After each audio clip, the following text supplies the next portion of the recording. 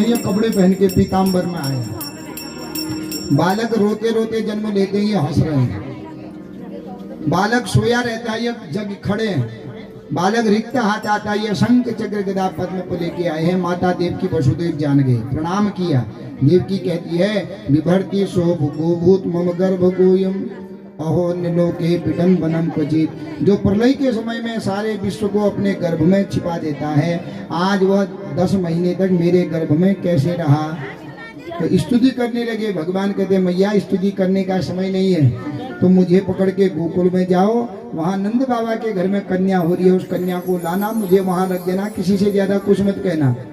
तो मैया कहती है, पहले तुम बच्चा तो बनो, तुम तो बाप बन के आए हो। माता पुनि बोली सोमति डोली तजहु तात यह रूपा की जय शिशु लीला अति प्रिय शीला यह सुख परम अनु